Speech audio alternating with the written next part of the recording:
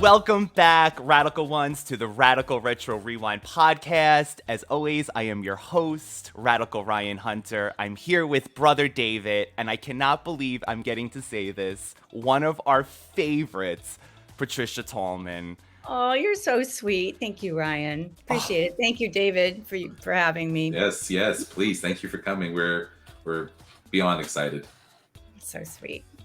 So, I have a little bio for Patricia, just in case people don't know, but I feel like if you're a fan of this show, we've spoken so many times about this wonderful lady. So, Patricia, many know her from Babylon 5 and Night of the Living Dead 90. She's an actress, a stunt performer, an author, a mother, and currently has a new video series about conquering the fear dragon and helping people find their inner badass and living their dreams and creativity with Patricia Tallmans Magical Living. Please welcome Patricia Tallman to the show. Thank you so much. Gosh, yeah, thank you. You're making me all wiggly. Oh, believe me, I have all the wiggles too. This has been a dream, a dream come true. We are huge fans of your work. Yes, we are. Thank you. Thanks so much. And you're currently in the UK right now. I am. I'm in the Orkney Islands in north of Scotland, so the Orkneys and the Shetlands are as far north as you can go as far as the UK goes. So we're up here looking at some really cool Neolithic sites, some of which are like 5,000 years old, older than the pyramids. I know, it's insane. Wow. Looking at human civilization from that long ago is humbling. It's really awe-inspiring. It's really cool. Are you doing that as part of Quest Retreats, by the way? I love traveling, and so in a way, yes, I'm always looking for what's next, what's the next thing I want to do, and so that's part of it. But it's also just it's something that has, even if it's not something I'm going to lead a trip on, I want to experience, and my husband's really into it, so it's kind of a double benefit to it. I get to see if this is going to be something that I could lead a group to, or I get to experience it just for fun. That's wonderful. And yet, the fact that your husband goes along with you, how wonderful is that? You share it together. Exactly right. Exactly. It's really special. So, Patricia, you started acting at age 15 professionally. Yeah. I was into it in high school, and I ended up getting a summer job at dinner theater. Have you ever gone to a dinner theater or done dinner theater? No, but now I feel like I need to. I've been. Let me tell you something. It is not for the faint of heart as far as the actors go, because people are eating dinner. So you're doing a show. Well, people are eating and drinking, and it's like, it's a little weird, but it's it was really it was a great training ground, especially when you're 15 years old. You're just still a kid, and here I am. It was a 2-person play, and it was really fun and challenging, trying to keep the audience's attention while they're eating dinner, and when you have their attention, because it gets really quiet. And they're not chatting amongst themselves, and they're not clinking and silverware moving around. So when you really know when it's a successful moment, when it actually gets quiet out there. But that was quite a thing, and I really never stopped from there. So I must have loved it, right? I must have got yes. And you're doing something right too, which is also, I mean. Thank you. That's a good way of looking at it. Yeah, I knew when I was doing it right. Beautifully said. Yeah. Beautifully said. Yeah. So while doing research, and like I said, we've been fans, so we've listened to interviews over the years. And one of the things I've heard you say was some of your best work was on the theater that people didn't even get to see. Right. That's the thing about theater, right? It's so ephemeral. It's in the moment. You see it or you don't see it, and that's it. So it comes and goes. And that's also the beauty of doing something like Night of the Living Dead. And then I'm able to see my youth captured on film. And that's quite an honor. You to look have. like you literally just stepped out of the movie, especially with stop. your fresh new hair, My hair's- your I cut my Barbara hair. dare I say?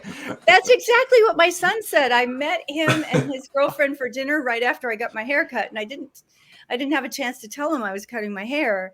So I went from having hair down to my bra strap, in the back, to this. And I just walked into the restaurant and he went, well, that's Barbara again. That's I he, love that. he was born in 94, so he didn't really know me with short hair. He's never known me with short hair. Is So that one of his favorite roles of yours by any chance? Oh, you know what? I really don't know. I really don't know. I didn't let him see it when he was a kid. And then I think he finally did watch it. His friends were like, wait a minute, you haven't seen your mom in this movie? What's wrong with you? So I think he finally did see it. He's never really said anything to me about my work. Does he actually travel with you, Patricia? Does he come along with He some did of when your... he was young. Yeah, that's a good question. He did when he was young, but he just isn't as into it. And he had started pre-pandemic. He'd started his own business called Tallman Small Van, and he would take small bands out on tour and manage for them and drive them so that they could arrive fresh and do their thing. So he had his own version of travel going on, but I think he wants to be his own person and not tag along with me anymore. I dragged him to conventions and Comic-Con, and, I took him to Europe. So he's been around. He knows what he likes and what he doesn't. So he must see people seeing Mom and just going, oh my God, this is Lita from Babylon 5. This is Barbara. This is someone I've looked up to. So I feel like getting to experience that. Kind of rolls his eyes, he's like, oh, here we go again. When he gets older. When he gets older, he'll appreciate it more. When he you gets think? older. Okay. I think so. I think so. Fingers crossed. So I have to ask, doing stunts, Patricia, were you daring as a kid prior to getting into stunts? Did you ever see your climbing trees? Were you doing things that maybe others weren't? I never really thought of it like that. I guess what I liked is having adventures, and I would make up adventures along with other kids or my cousins or whatever. We would create our own worlds. I actually played Dark Shadows, Star Trek. We would create that world and pretend we were on the show. And that was, so as far as stunts though, let's see. I don't think I purposefully necessarily thought of it as being daring, but I definitely had I love that sense of adventure. I loved Errol Flynn movies. I loved those kind of swashbucklers, the sword work and all of that. And I never saw any women doing it because back then, I was young in the 50s and 60s. So, you didn't really see women doing that. Yes. Now it's all the time. It's so great, right? But for me, I never had a woman role model in that way. I wanted to be an action hero, but I didn't know how that was supposed to look at it. And Barbara kind of gave me the chance to be that. That is so which beautiful. Is kind of cool. You became the action hero yourself after all those years. Yeah. I think I like to use that as an example of the power of the mind. And I think we can all look back in our own youth and see some things that we created based on a really powerful desire. And that's, I think, our purpose. That's, if we get into some personal development chat, that's what I think our purpose is to follow those really strong interests and things that thrill us and get us excited, because then you're on the path of the person you were meant to become. So like you hear the sages all say, it's not the destination, it's the journey. Well, that's what I think they mean. It's in my personal opinion. I think what they mean is you have this aspiration of something you wish to be or achieve, or what gets you excited and what's keeping you motivated. And you become that person when you arrive, if you ever arrive. And sometimes a lot of us don't ever arrive, and that's okay. It's not the point. The point is to keep overcoming obstacles to get what you want. to get to where you want to be that kind of a loving, inspirational person, to have that kind of life, to be able to have that career, or to inspire other people, or whatever it is. Beautiful. That's what we're meant to do. So that's kind of what I'm trying to help people find now, is the wherewithal to keep trying to manifest your dreams, to make them come true, whatever it is. So the stuff that gets in your way, that's actually a gift. When you run up against you bump up against what's holding you back. Because if you still have dreams and aspirations, you don't have them yet for a reason. At least you do at a certain point as an adult. There's a reason you don't have that thing yet, right? And we can, in our mind, come up with all the reasons why we don't have that thing. That's right. Which may or may not be true. And that's where the fear dragons come in. But that keeping on that path and solving those little problems, or those big problems sometimes, to solving that problem is part of becoming the person who has that life. Does that make sense? No, that makes perfect sense. That is so beautifully yeah. said. So that's why I think we weren't taught that. We weren't taught that. No. We are supposed to keep coming up against blocks. We weren't taught that. The people we think of as being like the top of the world in their game, they're still hitting ceilings in their own personal aspirations. And they still need to, but in order to get there, they've had to solve so many problems. Now they have a way of problem solving and figuring new things out, and they have more resources to figure things out, because they've worked up from the beginning. They just never stop. They fall forward. They make mistakes. They lay on the ground for a while trying to recover from a really devastating loss, just like we do. The only difference is they keep getting back up. That's all. And I love doing is putting together simple steps that keep us moving forward. It isn't the big leaps. I'm really good at big leaps. I can take these big risks, but that doesn't necessarily teach me how to solve the daily problems. And to take care of all the things you need to take care of. It's so much better to learn to take little turtle steps, little wee baby steps along the way, because you're constantly then picking apart big knotty problems, breaking them into smaller problems, solving little, and you're constantly making progress. And you start to develop confidence in yourself, because you realize, oh no, all right, wait a minute, that looks like that thing. I've been up against this kind of thing before. Now I just have to calm down, and then start finding my next right step, and the next right step, and the next right step. So not being so overwhelmed.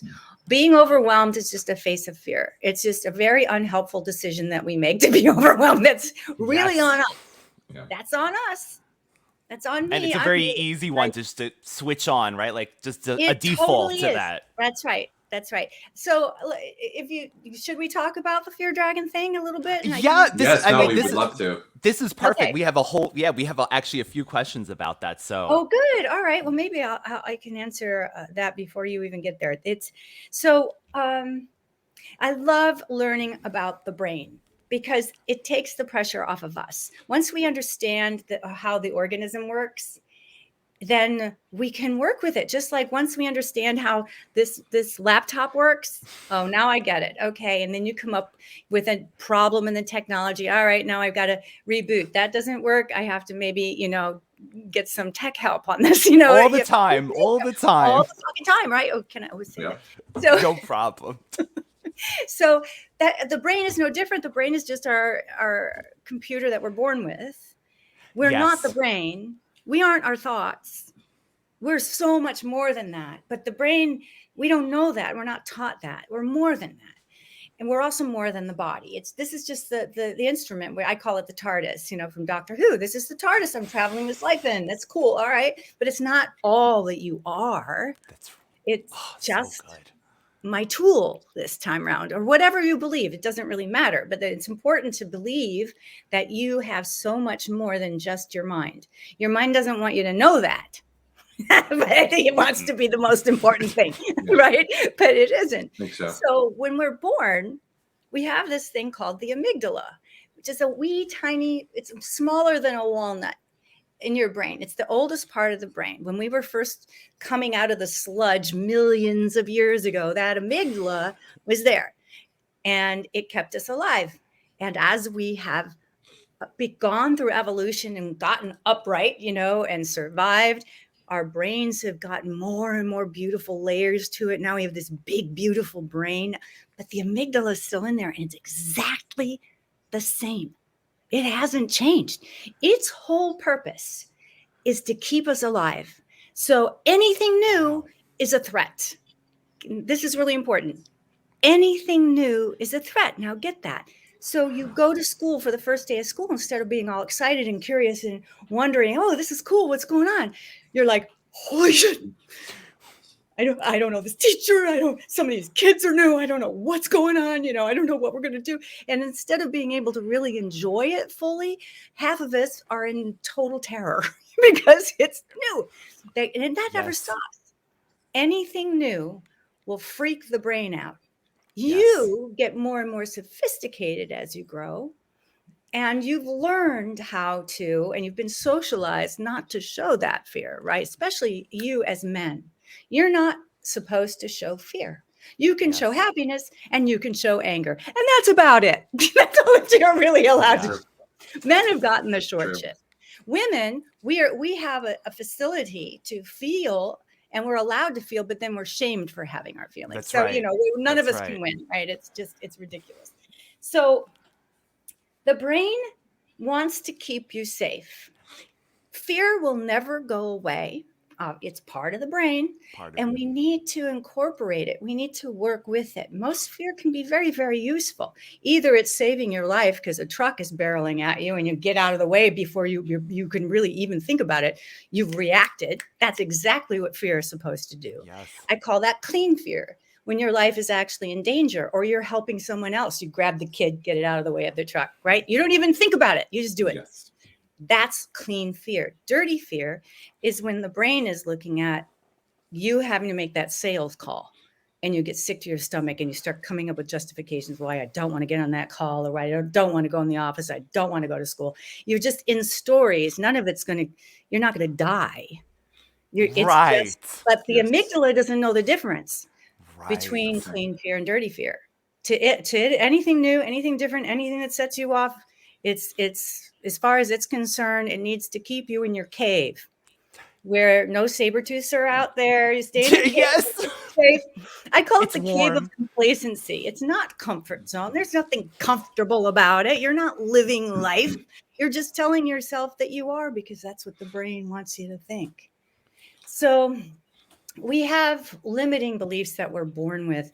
That's part of how, when you're brand new and a baby, even babies know that you need an adult to survive. That's why the babies are designed the way they are. That's why their mothers respond to a baby's cry the way they do. It's just, unless you're a psychopath, most people will help a baby. Most people will help. Yes, you're right. Yeah. Unless you're totally, we're not talking about that. We're not talking about those kind of, we're just talking about and babies normally are, they get pretty cute. They're kind of cute. You can look at them. That's cute. I'll help that thing. That's a design. That's all. It's all about helping the species to keep going.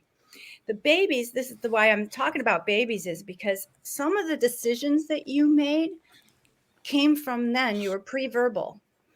Some decisions like, the adult didn't pick me up when I cried. I'm not enough. What do I need to do? The adult went out of the room. You are in high alert. The amygdala is like, you can't survive without. So you're constantly surveying your surroundings and the other adults and how you're going to survive the situation.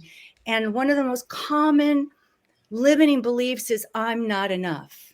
And you can fill in the blank as we grow older and we get more sophisticated in language. We come up with things like, I'm not smart enough. I'm not cute enough. I'm not wealthy enough. I'm not successful enough. I'm not sexy enough. I mean, you can put anything in there, but the limiting belief is about not being enough somehow. Yes. And there's all kinds of versions of this, and you have your own words, but I call them those eggs of limiting beliefs. They start before you're even verbal. We don't even know we're doing it. This is not my idea. I mean, these are things I've just disseminated from what I've learned. And we make decisions based on that. I'm not enough. And then never question it again. Like I didn't in school when we're young, we make a lot of decisions then. I made a Yes. decision about how bad I was at math. I just said, I'm bad at math. Bam, that's it. I just believe that. And then the brain, That I must have could been what happened tell to hours me, about this. Patricia. The brain So has bad. a way of focusing you on your belief. It's that, what is that? There's a phrase for it. But anyway, we have a reticulating activating system. And when you go to buy a car and you start to research a car and you get, you know what I want? I think I want a Honda CRV. Yeah, I like these Honda CRVs. I think I want red. Now, what happens when you go out into the world? What do you see everywhere? Every Red red Honda CRV. CRV. Yeah. Everywhere you go. That's because of this RAS. It filters all the information coming in from the world. Otherwise, we'd go insane. We couldn't possibly take in all of that, all of the data, right? We couldn't, we'd explode. So the RAS, this neuro net over your brain, filters what you have focused on. So if you have a belief, it will go, right, you don't think you're sexy enough. I'm going to prove it to you. So I'm going to look for every And you're going to find it. That's right. that way that person looked at you, the way, they talked about that, or your way you looked in your pants, or, you're going to find all the reasons why you're not sexy enough, why you're not enough. It's really incredible. So if we can change that programming, once you start to uncover your own personal limiting beliefs. Yes. If you want to change that programming, how can you change programming until you know what's wrong, right? You got to figure that just through a little bit of Sherlocking it, I call it, figuring out what's going on. What is it I really believe? Why do I believe that? Sometimes you don't even need to know why. You just need to know that it's there, and then you can start to change what's going on in the programming. And I teach that. But what the limiting beliefs have to, we're amazing organisms. Yes. So the amygdala wants to keep us safe so that we can propagate the species and keep going. It's very successful because look at us, right? How many 8 billion people on the planet now? It has developed allies. So I call them faces of fear. Fear disguises itself. I like to think of it as, have you seen Game of Thrones? Yes. Parts of it. Parts of it. That's I'm okay. ashamed. As a nerd, I'm ashamed to say it, but yes, only parts. No problem. There's a guild of assassins called the Faceless Men, and they can put on anybody's face and become anyone, any age, any size, any shape, any color. And so you never see them coming because you can't identify these people. They're the most successful crime syndicate in the world of Westeros. So I call fear the Faceless Men, the faces of fear. For me, a big face of fear is procrastination, perfectionism, busyness, justification. Those are just faces of fear. No. Yes. We all have kind of the main faces of fear that show up. Some people, it's boredom. I'm too bored. I'm too cool. I'm too this. I'm too this. It's impossible to be bored in modern life. It's something is going on. Something's trying to numb you out. So we need to kind of peel back the face, see what's really going on. For me, procrastination, for example, I'm putting out a new class that I want to teach. And I keep feeling like it's not good enough. Oh, it's terrible. I've got to rewrite this. Oh, I've got to reshoot this whole thing. And really what's going on is I'm afraid that I'm not enough. I'm not a good enough teacher. People are going to think, who the fuck does she think she is? She's just an actress. Why would I buy, how am I good? Yeah. So I start to justify Yes. taking the time to completely redo the course. Now I'm 3 months late on my launch. Perfectionism is huge. To try to get past that and just accept this is my best effort at this point, and I'm putting it out there anyway, it's hard. But once I start to look underneath the procrastination and I can see that it's fear, what kind of fear it is, then I can start dealing with the fear. And I teach that too. I have like these really simple steps on how to break down fear. Take a look at it, get past it. This is what I'm calling about the unknotting the problem. Yes. You know, you start breaking it open a little bit and you look at it and it's not nearly as big and scary as you thought it was. It can be still convoluted and, you know, confusing. Being confused is a face of fear. If it's successful, you're too confused to keep going. You give up. It's too much. I can't go. So you stay in the cave of complacency and you never go for your dreams because you just think I'm not good with math. I'll never figure out the IRS will be all over me. I don't know how to pay taxes. You know what I mean? You just spin this shit going on and you never make any progress. And see that is just simply not true. That's not true. I don't have to be great at math. There's people called accountants. That's right. Calculators in our modern time, right? There's help there's programs you can get that will help you. I mean, it's so ridiculous the way we kind of let fear weigh us down. Another thing that I think is really important is to get clear on why. Why do you want that thing? Why do you want what does that desire do for you? Why do you want to get off your couch and go outside? What's out there for you? You start to really connect to that. And then it makes it easier and easier to go, okay, I want to push through this knot. I do want to unravel this. I do want to solve this mystery. It gets really, so the fear dragon, I can talk about this forever. The faceless man. So you start to push through some fear. You're going towards a goal that you really want. Do you have a goal that you really want that it's not too personal to share, whether it's buying a new car or taking a vacation or making your podcast super successful? You got it. I think that's our main one right now. Right? Really getting the word out there, I love it. All right. So you want to make your podcast, you have a business and you want to make it flourish. Yes. When you start to step out there, there's going to be faces of fear that stop you. They're like, we want you to stay in that cave, putting yourself out there. I don't know. You know, and even well-meaning friends and family. Well, you know, there's a million podcasts out there. Well, you know, there's professionals that don't make any money at it, right? They're just trying, their own fear gets triggered. And so then they start dumping it all over you. I can't tell you how many people, well-meaning people, when I was selling my house, you know, the fear, that's your best investment. Why do you want to sell that house? You know, and it's the people that are closest.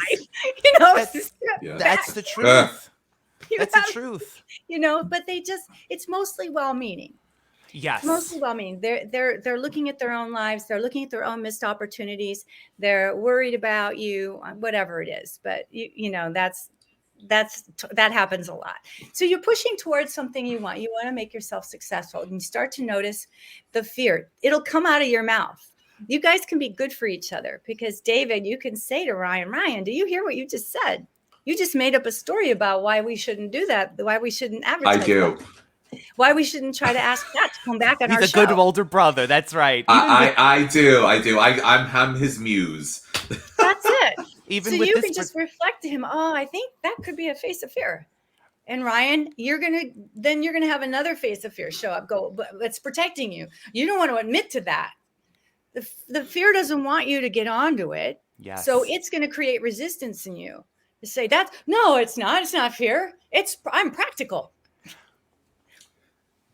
I'm just saying the truth. That's right. That's right. And we always have to ask, is it true? Oh, is that really true? It might feel true, but is it really true?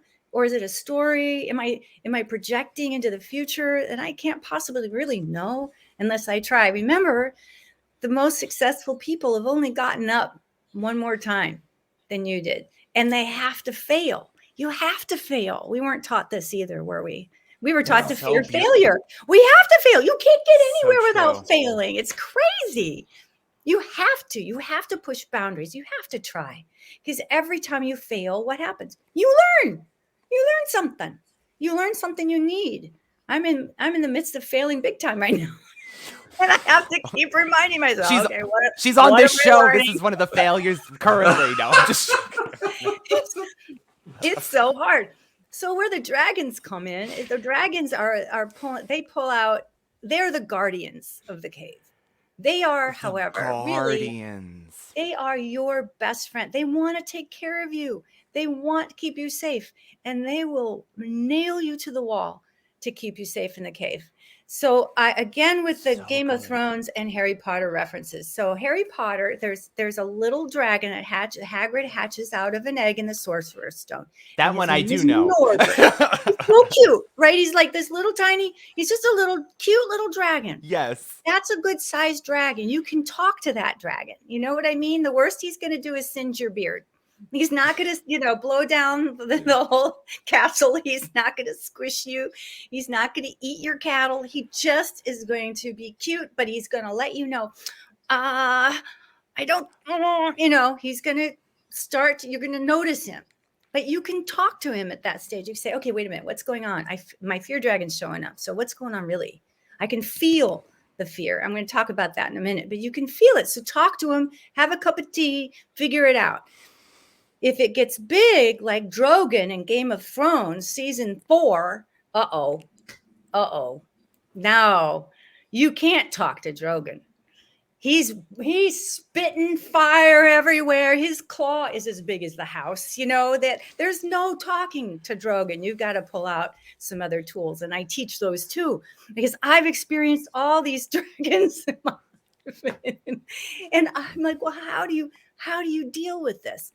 So the amygdala, when it senses, when you're starting to get excited, it can be a good excitement. Yes. If you're starting to get excited, your heart beats a little faster, you breathe a little more shallow.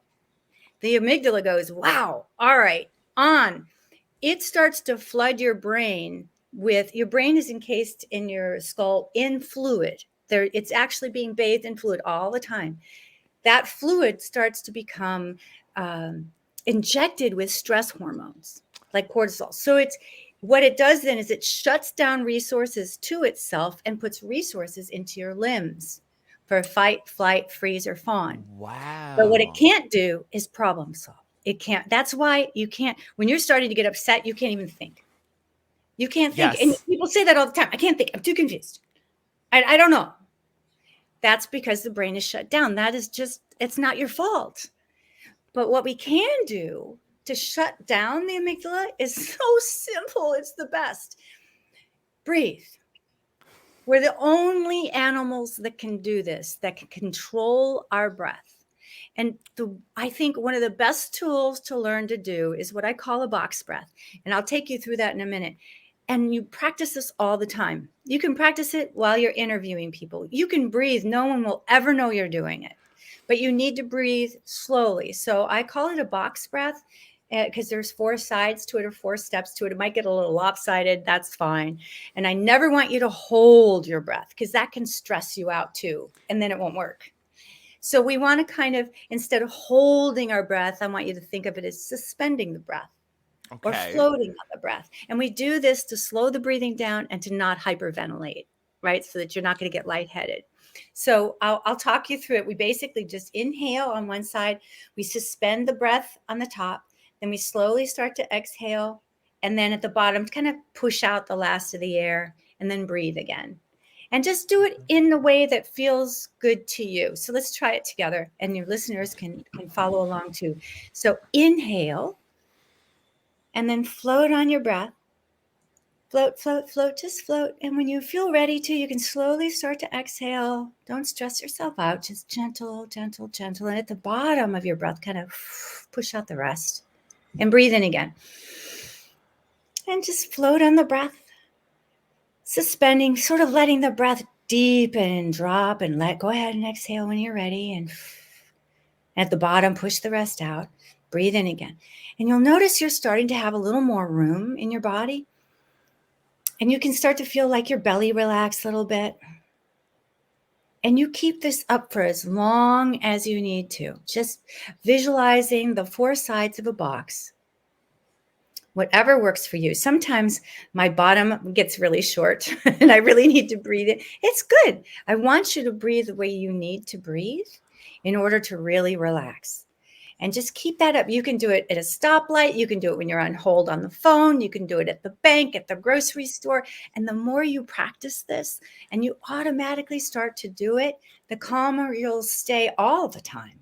So that when you are in a position of maybe feeling anxious or getting happy, excited, you can be happy too.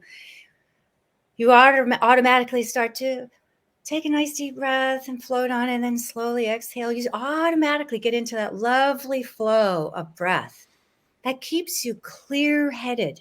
So now you can respond instead of just react. You want to be able to respond. Choose your response. You want to be able to say, oh, I'm not liking what this person is saying to me, but instead of getting upset, I'm just going to breathe and see if I can find my way through this. And stay creative, right? Because being problem solving is so creative. It's very creative. We're all creative beings, but you can't access it when you're in anxiety. And I think the number is people right now, 70% of the population is saying that they're in high anxiety. They're struggling. I believe that. Yeah, I know. I believe it too. The 6 years we've had, come on. So learning just to box breathe, just that, and practicing it so it's there when you need it. You want to practice it when you don't need it so that it's there when you do need it. Like I said, use waiting as a chance to just focus on your breath for a while. And all this, right, martial arts teach you this, meditation practices teach you this, all kinds of practices or disciplines teach you about breathing. This is just a really simple way of doing it. But that's why. No one ever told me it was to slow down the fucking amygdala. No. That makes so much sense to me. It's like, now I get it. Right? Yeah. Okay. There's something about you, Patricia. I did sign up for your video programs. Oh, good. And there's something just about the way that you speak. You have such a calming, I think, a beautiful energy that comes out of you. Thank you. You could even see it on the videos. I mean, and Patricia has worksheets that also go along with these videos too. So she doesn't just leave you hanging. She gives you these papers. You'll get emails to encourage you to keep going. And even today, this is a perfect example. I was so excited to have you on. I was getting that nervous excitement. Right. And I had watched one of your videos prior to this, and I actually used that technique of quieting down that so I could speak to you and convey how much, how much you mean to us and things like that. So even a humble podcaster can use this technique. She's right. Anybody. Can. I wish we were taught that, and maybe some schools are, teaching more of this or teaching meditation now and then. I think all of that's good. We don't really, you hear meditation and you think Buddhist monk, and you think, that's not my realm. When meditation is just really just giving yourself a chance to let your mind relax and restore. And I was like, what does that mean? Relax and restore. And it's that the brain needs time to recover from all of modern life and all the stuff we're doing and all the things we're trying to manage. The brain just needs a time. So why not give your brain time to restore? Why not? That's right. So breathing and just focusing on your breath for a couple minutes, that's massively important. It can make such a big difference in your life. Just that. It's really kind of cool. Ryan, what do you think when if you already knew about box breathing, then the difference between clean fear and dirty fear, did that help at all? Do you know what I mean? To understand that there's, No, it really did. It really did, because even with the box breath, like you're saying, so many people, I feel like, had this idea that you're supposed to hold your breath in so much. And like you're saying, that will make things worse. Yes. You'll feel your heart pounding. If you're trying to hold your breath, you'll feel your heart pounding. That's exactly what stimulates the amygdala. We don't want to do that. We're trying to do the opposite. And you describe it, perfect. That's what I think. These things might be it might be a technical term for some people, but the way you lay it out, just like you said. It's layman's terms. Layman's terms. Yes, it's it great. makes sense for us. Right. Yes. That's what I think. Good. Thank you for letting me know. I really do appreciate like how I can communicate some of these things better. And it's been challenging because it's, it's not my original training. It was as an actor. Some of it makes a lot of sense. As an actor, I can understand, oh, that's why these techniques work for acting, because that's what you're doing. I love learning about the brain, but I'm not a doctor, so how Yes. can I work with this new information and make it available for everybody? And you're No, doing it's it for perfect, free. That's too. the thing. She's doing this for Yeah, free. exactly. And I mean, why not try it? That's what Why I say, not right? try Why it? not? Why not? What do you have This to lose? is something we need. This is something we need after like you said, after the last few years, after COVID, all the things that we've been through, all the Mhm. losses and issues. This is definitely, I call it being comfortable with being uncomfortable. And that's been a very big thing for me in my life personally. So I Oh, 100%. thank you for saying that, because actually, I say that is a face of fear. The unwillingness to be uncomfortable is a face of fear. There's fear behind that. If you're not Yeah. willing to be uncomfortable, and I know it, I'm there, I get you, because being uncomfortable is actually a really normal thing. We Yeah. all go through being uncomfortable in order to learn something new. We're never comfortable learning something new, but we weren't taught that. No. We were taught to be ashamed that we couldn't Yes. do something brilliantly the first fucking time you try it. That's right. You're made fun of immediately. Yep. Oh my God, how were we ever supposed to learn anything? Or push through till you get good at it. If you're being shamed, it's just baffling to me how we got here. But here we are, and what we can do is what we can do is try to make it okay for each other and for ourselves to be awkward, try to get better, at things, and really be able to go for your dreams and celebrate each other. When you see somebody on the path, and they're trying, and it may not look good to you, might look like a mess, but you just go, hey, you're trying. That's That's awesome. right. The fact Yeah. that someone It's is like having putting themselves up. kids. It's like It's having like kids, having right? kids. I tell my kids all the time, that looks great. And you're like, but you go, okay. That is the most beautifulest thing I've ever seen. You're doing amazing. And you're like, okay. Yep. Yep. but you Yep. do it, and that's encouragement. Yep. And It is. actually, speaking of kids, Patricia, you are actually a huge part of Penny Lane. Oh, Yes. And I wanted to talk to you about that because I'm going to cut you off, Ryan. I'm sorry, because this is no, something I please really cut. feel very That's what I'm here for. passionate about. Most of our listeners know that my children, I have 4 children. They're all adopted, and they've all been through the foster care system. They've all been through, I'm not going to share their story. It's not mine to share, but been right. through quite a lot. A lot of the things that when I've read up on Penny Lane, a lot of the things that my children experience is kind of what that charity is about.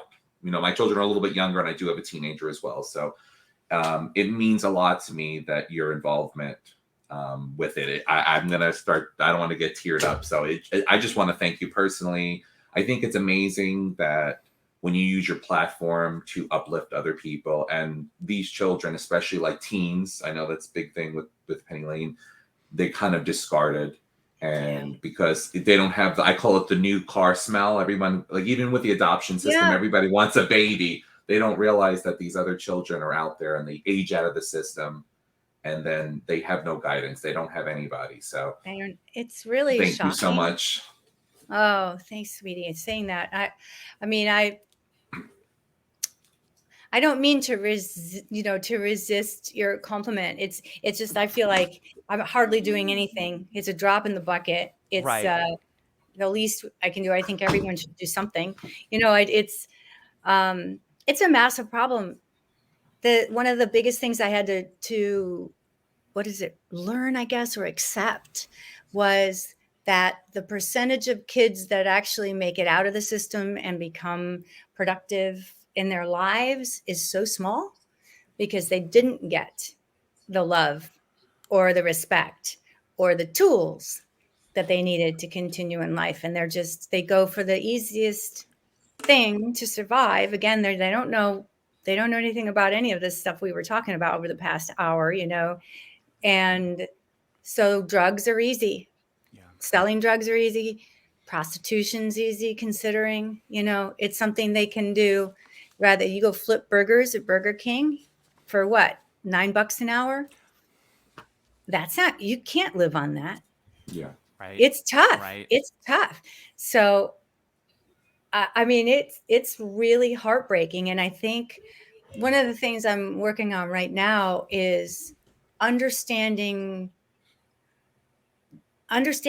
true compassion, which is being able to be with someone who's suffering and not take it on, not making it about me. I'm there to witness your suffering and to have compassion and to see then what I can do, but I can't take on what's yours. And we were talking about kids earlier. We do this as adults too. I can't learn your lessons for you.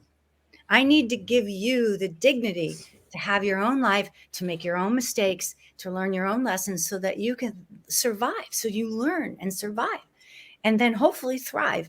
And so how do we, with compassion, be with people who are going through something that's so awful and heartbreaking without making it about us, without just being with them? And then you can see how you can be of service, or maybe that's all they need is someone to be there with them. I call it sitting on the curb and crying with you. I might not be able to solve your problem, but I can sit on the curb and cry with you. You're someone that, No, so that's amazing. That's amazing. They're not alone. I don't know. With the Via Santa program for the Penny Lane kids, I just want the kids to know that people out there care, that there are people out there who care, that the whole world isn't a big shit bag. Yeah, a lot of people are big shit bags, but not everybody is. And there are resources out there. So Penny Lane's really amazing as an organization because they have been groundbreaking in the kinds of programs they put together to help the kids as they age out. And so what we're talking about, for you who are listening, aging out means at 18, basically you're kicked out of care. So you don't have a home to live in anymore. You don't have any resources from the state anymore. And all those resources, actually, since the Reagan years, have been so decimated and never really picked back up. It's been hard for foster care systems to have the resources to provide for the kids and the families of these kids. It's a naughty mess. But if you're willing to just be with it and see what you can do, there are things you can do. For me, what I decided was I could raise money. I can raise money. I don't know how to effectively use the money. I can leave that to Penny Lane. But what I can do is gather donations and raise money. And then we put together kind of a holiday program for the kids. And we get donations in that way too. But it tends to be holiday time. It tends to be a time when people will be generous. So it's a great time to fundraise. Yes. And it's really great. All the money that we raise, every penny goes to the kids. There's no admin cost. It doesn't go to anything else.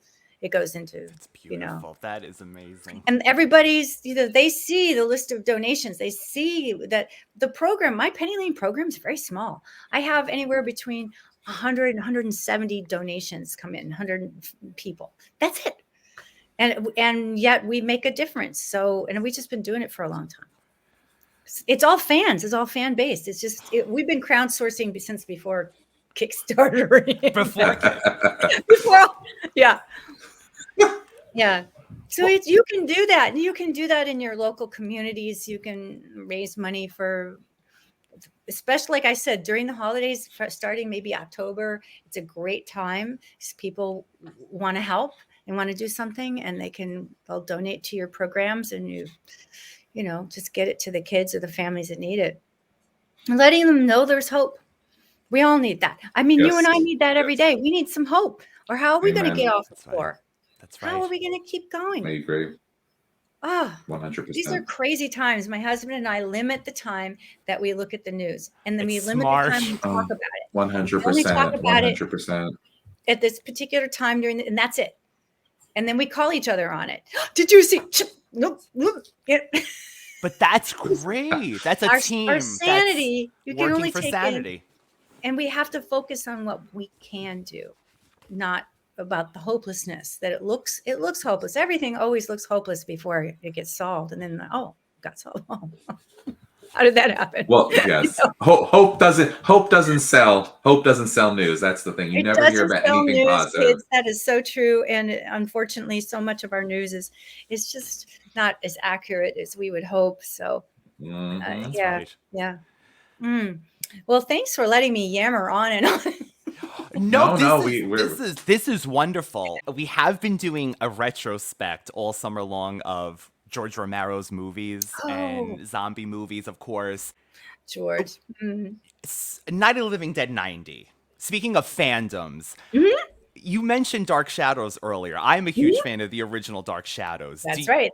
Do you think that's where your fandom started, with maybe a horror genre, actually, or a sci-fi kind of thing like that? I definitely think that Dark Shadows. See, I like scary stuff. I don't like gory. Same. I can't with the gore. Even though I love Night of the Living Dead, but still, the gore, I rather the scare or the Me too. The thought of it. The thought. Oh, I love scary. I love good ghost stories. That's to me. Ooh, that's so good. So I love that, and I think Dark Shadows, really was one of the first places I was allowed to experience that kind of thing. It was, and then also in the 60s, there was a movie called The Haunting, starring Julie Harris. And you never see a ghost. You never see anything gory. It's so freaking scary. I love to revisit that movie in your imagination. It's so well done. That's the kind of thing I love. And then I'm an original Trek fan. My dad, see, back in the day, kids, when we still had black and white TVs and TV was just turning, not everybody had a color TV yet. And there were like maybe 3 channels and you had to watch what was on TV when it was on. There was no such thing as recording it. Yes. You had to catch it then. Reruns, and so you would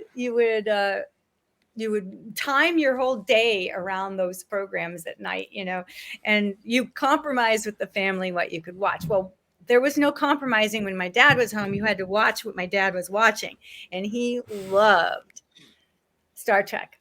So I started watching Star Trek, even though I didn't understand it. I was still in the single digits. I wasn't really, I didn't get it. I liked the ladies in blue though, or the green ones, or, that's cool. I love Spock. Spock was probably my favorite character. I just thought that was so cool. And then we started playing Star Trek with my cousins. We would use our Barbie dolls. And I made costumes out of gum wrappers, the aluminum foil in Wrigley's gum. So cute. Oh my God, I love that. To make little mini skirts for them. And crazy. But I think that's where it started for me, sure. And then when I was in middle school, I read The Lord of the Rings, and that, wow. Oh my God. So then fantasy, Fantasy. Big time. Mm-hmm. I have to say, you're Barbara. So, famously, you said you would have turned down the role, right? If she had been the same 1968 counterpart. Absolutely. But Tom said, do you want to audition for Night of the Living Dead? We're redoing it. I said, no. He said, no. Read it. And then I went, okay. Because, no one could have done it better than Judith O'Dea. She was fantastic. She was amazing. Yeah. And that was appropriate for the time. She went into freeze, right? My Barbara went into fight eventually. But yes. But freeze is a completely realistic thing to happen when your brain just can't take it in anymore. Can't deal. Shuts off. Right? We were talking about the amygdala. That's what it does. Yes. That's what it does. So it made a lot of sense, and that was appropriate for that time, how women were portrayed. But I have nothing in me that wanted to keep that bullshit alive of women are just victims running around in their underpants with a candle during a storm I don't know. You good to have sex, Okay. and then you go, oh, let's go down. Oh, my flashlight went out. I'm still going to go into the basement where I heard that. We talked about this earlier this summer, David and I. It seems like there was Jamie Lee Curtis, Laurie Strode, of course, Ripley in Alien, Sigourney Weaver. But in the 90s, Barbara, your Barbara was really the first final girl. I feel, Yeah. and you're not really, Yes. you're not given the credit, I believe, of being literally Aw. 1990 our final girl, strong, and oh my God, your acting in that movie, Patricia, over the years has just meant thank you. so much to me. Even subtle things, that scene at the end, even when you're leaving and you come across that zombie with the baby doll, and you're just being so apprehensive, pushing her away, not trying. Beautiful. You do such great work subtly. I feel like. Oh, thank you so much. Yeah. Thank you. Oh, you're so welcome. You're so welcome. And I do have to ask, I heard Sure. there was famously sets pranks done by you to Tony Todd. Is there a few maybe you could share with the audience? I'm trying to think because I loved picking on Tony. He, there was all this talk, and because and as I've confessed to you, I don't like gory movies. I hadn't Yes. seen some things that Tony had done, and so everybody was all awed about Tony coming in, and I was kind of annoyed. So when he got there, he's so sweet, and he's really kind, and he's very, he's got that deep voice, and he's very dignified, and I just adored him. But I felt like I needed to just take the Mickey out of him every once in a while. So we had this. They turned the stables. It was like a little barn. They turned that into the actors' green room / dressing area, Okay. and we had shower curtains hung in the stalls, the animal stalls, and we could go behind the shower curtain to change our clothes or whatever. And we had a couch. They put down old carpets on the dirt floor, and they brought in some old furniture, so we had places to sit. It was very comfortable, actually. We had a lot, homey, very homey. a lot of joking around going on in there, Yeah. and we had there was a cot or two stuck in one of the stalls, so you could take a nap. And Tony would go as a good old actor would do. You always pee when you stop the car, and you always take a nap when you get a chance. So he would try to take a nap, and the house was full of those taxidermy animals that they're featured in the movie. There were even more that they took off the walls and stuff.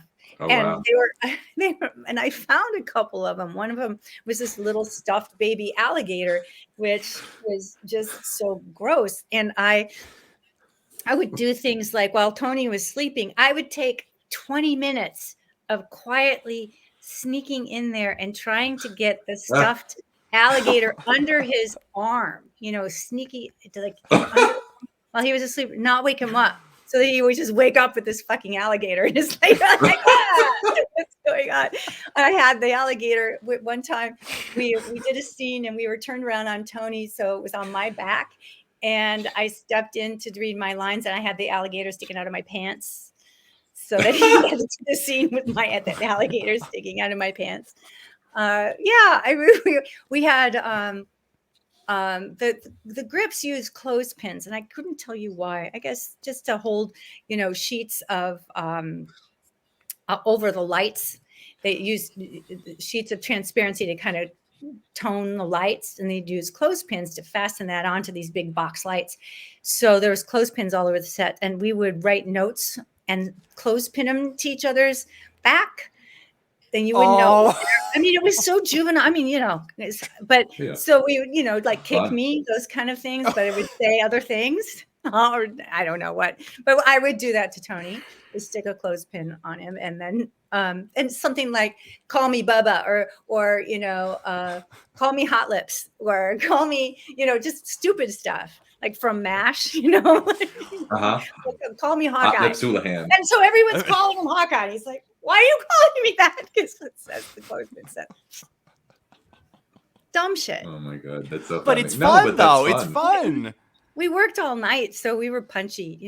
We would get silly, and try to keep our energy up. But I mean, Tony's like fantastic. I adore him. He's great. I feel like he's one of I said this on our review of the movie. I feel like you could just look at him and start to cry because you feel the emotion coming Mm-hmm. from him. Mm-hmm. It's just amazing. I always wanted to ask this. When Barbara changes from her dress, is it, I mean, besides being practical, Mm-hmm. do you know if that was a conscious decision to show that this Barbara is now taking off the dress and going Yeah. into the pants per se, like, Right. getting into that role? Yeah. It was very conscious. Tom and I talked about that because I can't remember. Maybe Tommy remembers better, but I know we did. We really wanted to get me out of the school marm outfit. And so so I had a tank top underneath the Yes. blouse, and it was kind of a camisole to make sense out of it. Why would she have a tank top on under her blouse? So we made it like a camisole that was part of her Smart. undergarments, but Smart. and then we got it dirty and bloody. So then it was, grit for real gritty, actually gritty. Yes. So it was touching. And the same thing having pants on. I mean, that I couldn't keep that skirt on. There was just no way. So we figure it's a farmhouse and there's guys here. There's going to be pants you can So put on. They might look a smart. little big, but we could get them on. That is. Yeah. That's awesome. And were you involved with any of the stunts with like choreographing the zombie action because you had done, stunt work? Only with the stuff that pertained to me. So, Okay. yeah, I mean, we had a stunt coordinator, so he's managing all this. Okay. The stunts for everything else. Yeah. Do you ever think where Barbara might have ended up at the end of that movie? Did you ever say like, I wonder if she met a group of people and she's taking charge or Oh, what yeah. she might be up to? Oh, absolutely. I think there's been a lot of, we've talked about it a lot, just what would have happened. And I think Barbara would have completely survived and probably gone batshit crazy in her own way, just I see her, as the zombie killing grandma with dreadlocks, just like, Oh my goodness. Oh my God, I would Scary. love to see that Night of the Living Dead too. Yeah, I think absolutely she would have survived no matter what. And I think that once she actually killed a human being, shooting Tom Tolles, shooting Harry, that flipped a little switch in her head. I mean, God knows what was after that. She lost it. That was not good. Well, listen. Well, it propelled her to survive, right? I guess. I guess. Yeah, I guess. I always thought that was a real dark ending. Not so much that we didn't think Harry deserved it, but that Right. that doesn't justify it. And No, exactly. we all know that. She knew that. We all know that. So that's why at the end, when we're talking about that, when they go into Barbara's eyes, just go into Yes. that's it. Just the dead. Now she's gone kind of dead. And there's a piece of her that died when she shot Harry. So how that would have manifested, that would be really interesting. And that ending, I mean, it looks like those still like crime scene photos almost. It's very haunting. Exactly.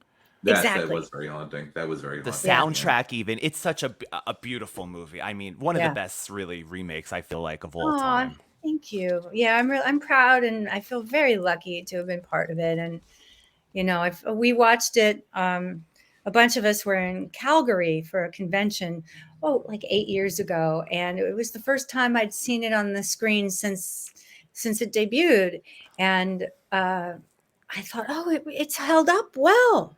Extremely. It looks good on the big screen, and it's still a good movie, and I'm proud of our acting, and I think all of the acting is so solid and so real. Everybody did a really good job. I really feel good about it. I mean, it's a testament, like you said, it has aged. It's beautifully. aged well.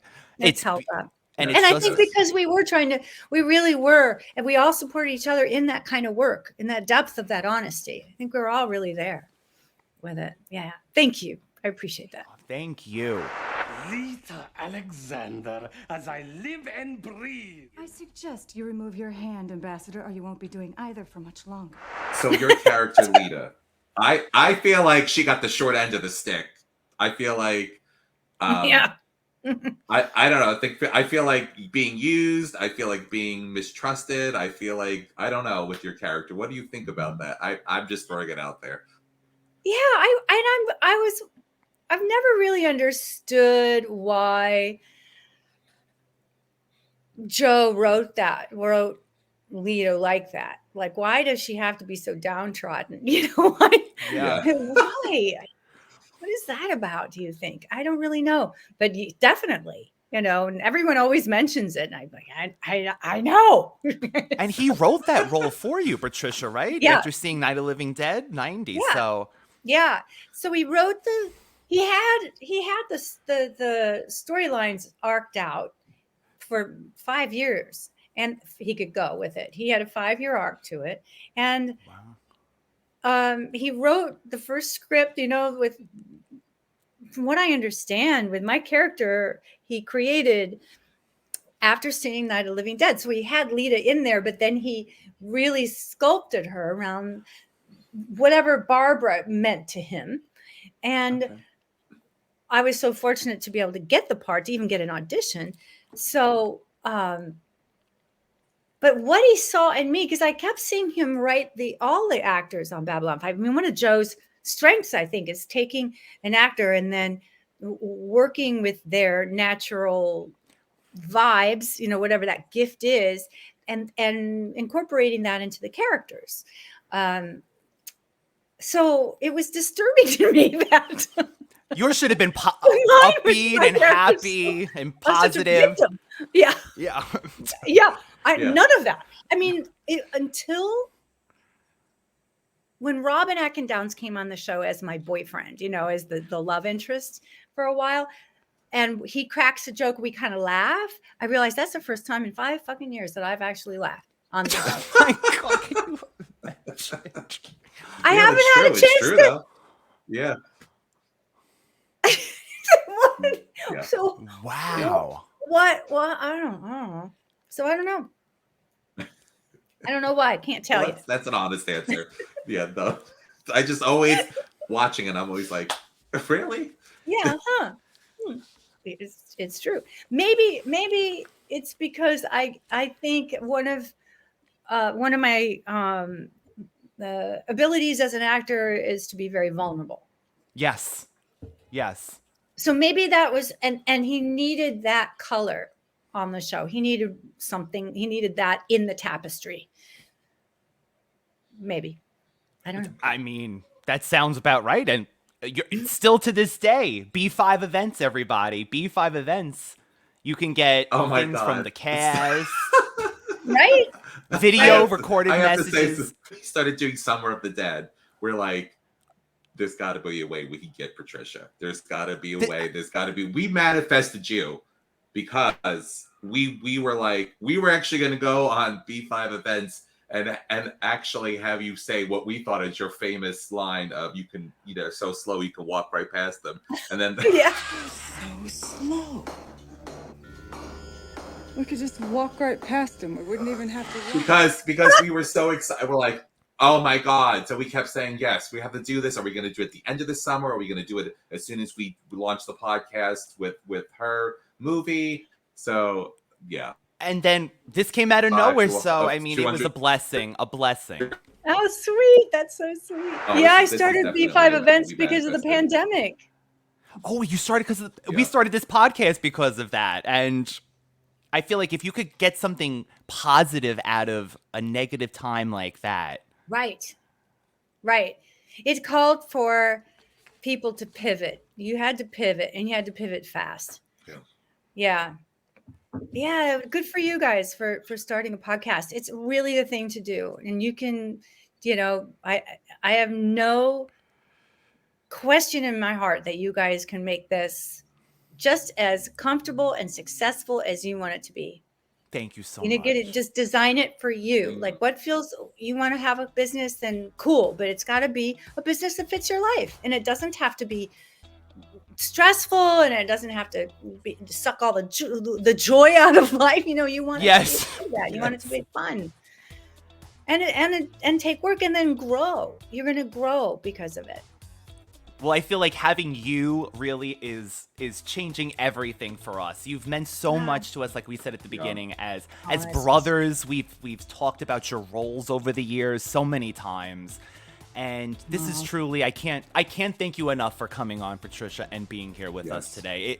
It flabbergasted me, and I am just filled with such excitement and joy from this. Well, have me back sometime, you guys. Oh my God, we would love to. Anytime, we'd love to. Cool. That would be great. We'll have Patricia's links. I mean, if you're listening to this in audio form, we'll have everything in the links. We'll have this on YouTube. We'll have all of her links below. But Patricia, is there some place that you prefer people to reach you at the best? Oh, I love that. I'm on Instagram at patriciatallman.rocks because I love rocks and fossils and crystals.